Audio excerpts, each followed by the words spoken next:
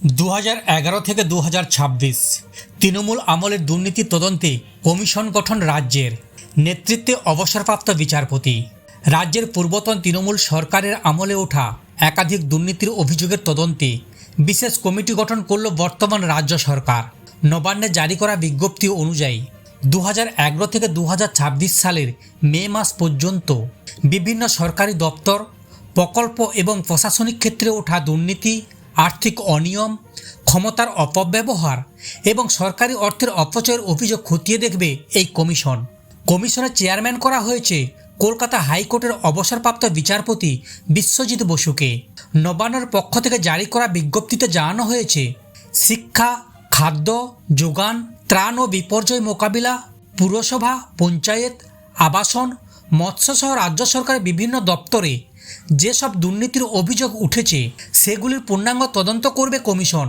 তদন্তের আওতায় থাকবে ঘুষ নেওয়ার অভিযোগ, আমফান পরবর্তী ত্রাণ বন্টনের অনিয়ম, কর্মসংস্থান প্রকল্পের দুর্নীতির অভিযোগ, মিড ডে মিল প্রকল্পে আর্থিক অনিয়ম, সরকারি অর্থ আত্মসাৎ বা অপব্যবহার, সরকারি চাকরিতে নিয়োগ সংক্রান্ত অভিযোগ, প্রাথমিক, মাধ্যমিক, উচ্চশিক্ষার ক্ষেত্রে অনিয়ম, কলেজ ও বিশ্ববিদ্যালয়ের প্রশাসনিক দুর্নীতি এবং সরকারি হাসপাতাল, চিকিৎসা, শিক্ষার ক্ষেত্রে দুর্নীতির অভিযোগ। শুধু আর্থিক দুর্নীতি নয়, কমিশনের তদন্তের পরিধি আরও বিস্তর করা হয়েছে। বেআইনি গ্রেপ্তার, মিথ্যা মামলায় ফাঁসানোর অভিযোগ, ক্ষমতার অপব্যবহার এবং বেআইনি নির্মাণে প্রশাসনের ভূমিকা ছিল কিনা তাও খতিয়ে দেখবে কমিশন। পাশাপাশি পৌরসভায় নিয়ম লঙ্ঘন করে কিভাবে বেআইনি নির্মাণ হচ্ছে এবং শিক্ষা ব্যবস্থায় কী ধরনের অনিয়ম ঘটছে সেগুলো তদন্তের আওতায় থাকবে।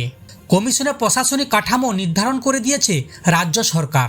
অবসরপ্রাপ্ত বিচারপতি বিশ্বজিৎ বসুর নেতৃত্বে কাজ করবে কমিশন। তদন্ত শাখার দায়িত্বে থাকবেন এক প্রবীণ ভারতীয় পুলিশ পরিষেবার আধিকারিক। প্রশাসনিক শাখার দায়িত্ব পালন করবেন একজন ভারতীয় প্রশাসনিক পরিষেবা অর্থাৎ পশ্চিমবঙ্গ সিভিল সার্ভিস আধিকারিক। প্রযুক্তিগত বিষয়ে কমিশনকে সাহায্য করবেন পশ্চিমবঙ্গ রাজস্ব পরিষেবার এক আধিকারিক। প্রয়োজন হলে রাজ্য সরকারের অনুমোদন নিয়ে কমিশন আরও সদস্য নিয়োগ করতে পারবে।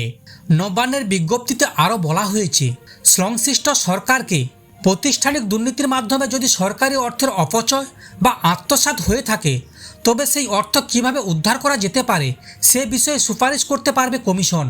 অর্থাৎ তদন্তের পাশাপাশি ভবিষ্যৎ করণীয় সম্পর্কেও সরকারের কাছে পরামর্শ দেওয়ার ক্ষমতা থাকবে এই সংস্থার।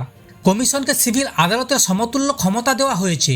প্রয়োজনে যে কোনো ব্যক্তি বা সংশ্লিষ্ট আধিকারিককে তলব করে জিজ্ঞাসাবাদ করা যাবে।